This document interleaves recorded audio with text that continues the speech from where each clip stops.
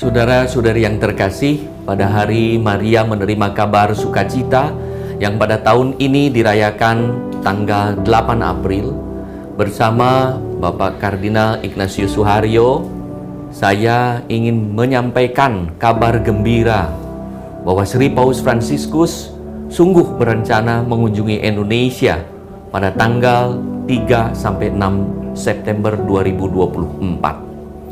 Berita gembira ini bersumber dari nota verbal Duta Besar Tahta Suci untuk Indonesia Monsinyur Piero Piopo kepada Menteri Luar Negeri tertanggal 5 Maret 2024, serta dua surat tertanggal 25 Maret 2024, yaitu jawaban positif Menteri Luar Negeri Republik Indonesia dan undangan Presiden Joko Widodo kepada Sri Paus Fransiskus untuk berkunjung ke Indonesia pada tahun 2024. Tentu, kepastian kedatangan Sri Paus Fransiskus ke Indonesia tersebut masih menunggu pengumuman resmi tentang kapan datangnya pastinya dari pemerintah Republik Indonesia dan atau Vatikan.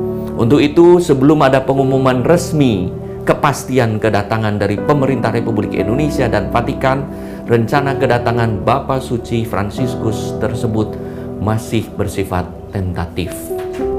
Seandainya kedatangan Sri Paus Fransiskus tersebut sungguh terlaksana sesuai dengan rencana, waktunya sangat pendek, tidak panjang. Maka berbagai diskusi termasuk pembentukan panitia dan kolaborasi dengan pemerintah dan tokoh agama sudah dikerjakan. Mari kita berdoa semoga Bapak Suci Fransiskus dianugerahi kesehatan sehingga kerinduan beliau untuk mengunjungi Indonesia dan harapan besar kita untuk menyambut kedatangan Sri Paus di Indonesia sungguh terlaksana sesuai dengan rencana saat ini. Demi perkembangan iman, persaudaraan, dan bela rasa, kita yakin kunjungan Sri Paus Fransiskus ke Indonesia akan menjadi berkat bagi gereja dan bagi bangsa. Mari kita mohon Bapak Kardinal Ignatius Suharyo untuk menyampaikan pesan berkaitan dengan berita gembira ini, sekaligus memberi berkat kepada kita semua. Terima kasih Bapak Monsinyur Anton, Ketua Konferensi Wali Gereja Indonesia.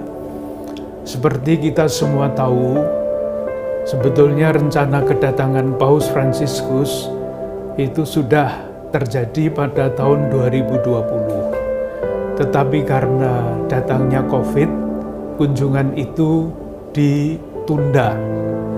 Sekarang seperti dikatakan oleh Bapak Uskup Anton, sudah ada surat-surat resmi termasuk undangan dari Bapak Presiden agar Paus Fransiskus datang ke Indonesia.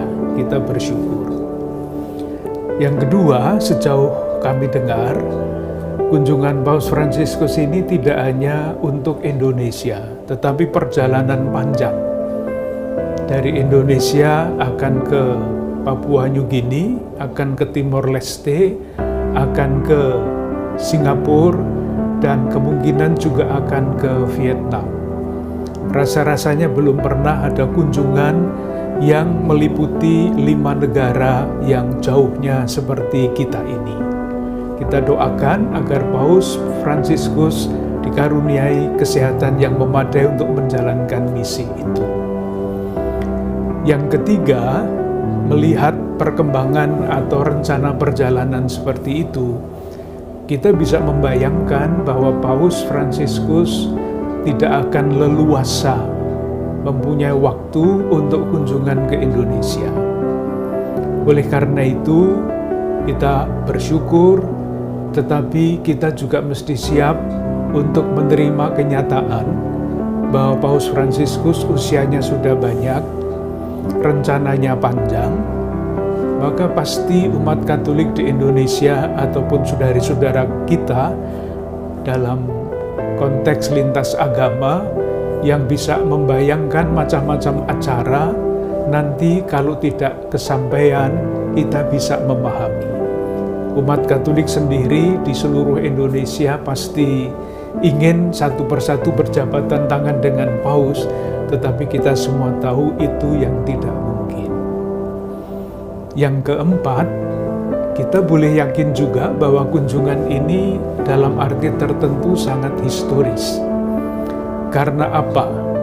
Karena Paus Fransiskus adalah kepala negara Vatikan.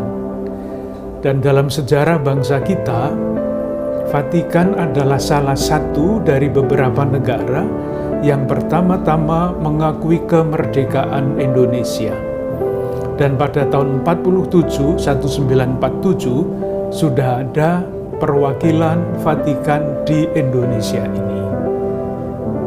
Kita merasa bahwa pimpinan Gereja Katolik seluruh dunia sungguh-sungguh memberi perhatian kepada perjuangan kemerdekaan dan pengisian kemerdekaan Indonesia. Dan yang terakhir, memang kehadiran Paus Fransiskus secara fisik menjadi sangat penting dan sangat membahagiakan. Tetapi kita berharap bukan hanya kehadiran fisik yang kita perhatikan. Pesan-pesan beliau, pikiran-pikiran beliau yang beliau tulis untuk kemanusiaan mesti juga menjadi perhatian kita, dan kita mempunyai niat untuk mempelajari pesan-pesan itu. Dua pesan terakhir yang sangat penting bagi kita semua adalah tulisan beliau mengenai tanggung jawab umat manusia termasuk kita semua untuk menjaga lingkungan hidup.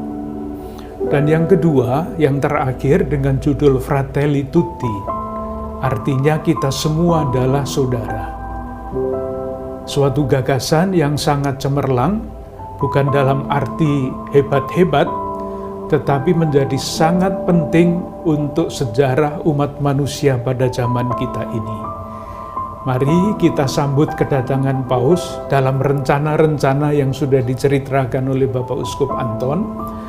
Dan sekali lagi, semoga kehadiran Paus Fransiskus secara fisik yang akan datang juga menantang kita, mengundang kita, mendorong kita untuk mempelajari ajaran-ajarannya dan mencoba mencari jalan-jalan untuk melaksanakannya.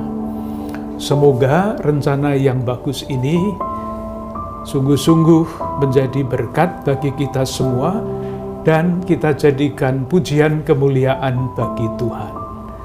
Semoga Allah yang selalu menyertai perjalanan hidup kita, selalu menjaga, melindungi dan melimpahkan berkat kepada kita semua, dalam nama Bapa dan Putera dan Roh Kudus. Amin.